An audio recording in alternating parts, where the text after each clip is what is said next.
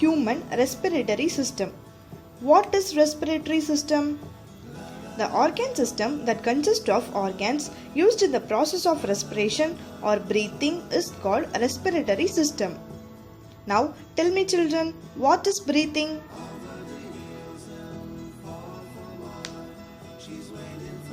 The process of inhaling oxygen and exhaling carbon dioxide by the lungs is known as breathing. The breathing process takes place through respiratory organs like nose, lungs, etc. What is inhalation and exhalation? When we breathe in, we take in oxygen through our nose and it passes to lungs.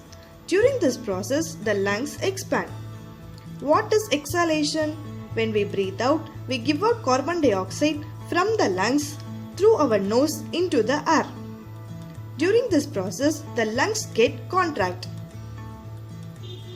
What are the parts of the human respiratory system?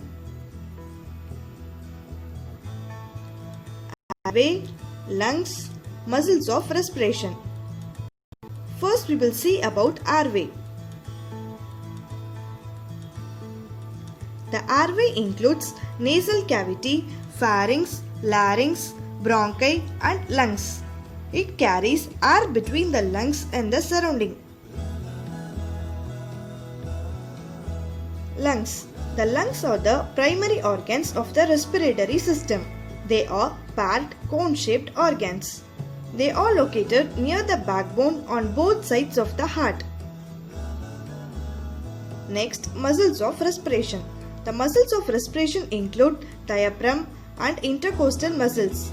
They act as pump and push the air into and out of the lungs during breathing. Next, we will learn about the process of human respiratory system in detail. Let's begin this session by doing some deep breathing.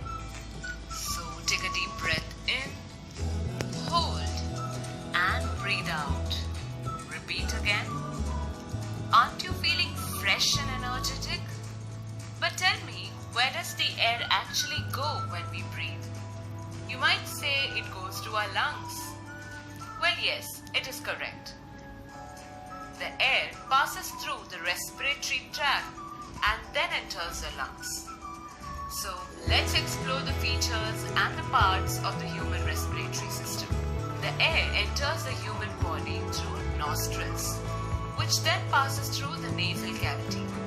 The air is filtered by specialized hair-like structure in the nasal cavity called cilia. The cells of the nasal cavity secrete mucus, which helps to trap the dust particles and blocks it from moving ahead. The nasal cavity also provides warmth and adds moisture to the air. The nasal cavity has specialized sensory cells that are sensitive to smell and odor. And yes, that is the reason why our nose is a sense organ. The nasal cavity opens into a much wider cavity called the pharynx. The pharynx is a common passage for air and food. It is easily visible when you open your mouth wide. Yes, the region behind the tongue. Has this ever occurred to you that while having food you cough because the food accidentally entered the other pipe?